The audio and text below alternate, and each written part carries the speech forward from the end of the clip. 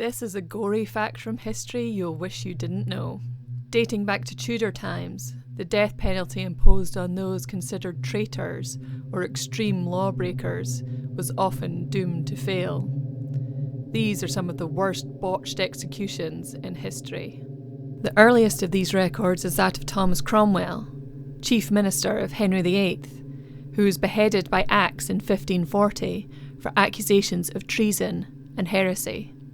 The gory execution was so poorly done that Edward Hall, English lawyer and historian, wrote that he so patiently suffered the stroke of the axe by a ragged and butcherly miser, which very ungoodly performed the office, slashing at Cromwell until he finally succeeded.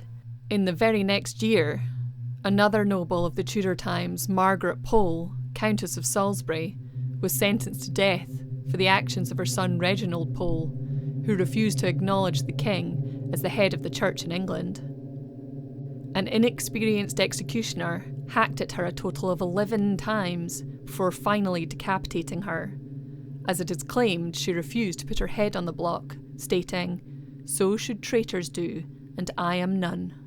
In many hangings, the mistake has been made by the executioner of having too long or too short a rope, resulting in many terrible consequences in history, such as a long, slow strangulation rather than a quick neck break, or a long drop resulting in decapitation.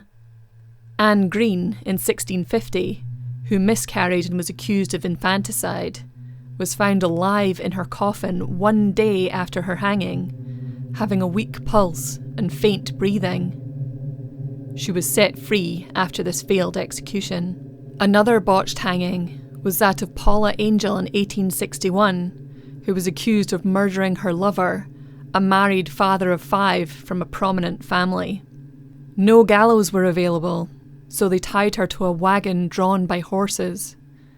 When the wagon began moving, she grabbed hold of the noose, and as the sheriff tried to pull her downward to complete the execution, the crowd stopped him and cut her free. Despite the crowd's anger and the potential for riot, the sheriff proceeded, and a second execution attempt was successful. If you like these gory tales from history, please like, subscribe and comment. I'm Shar, and this is the And Other Stories podcast. See you next time.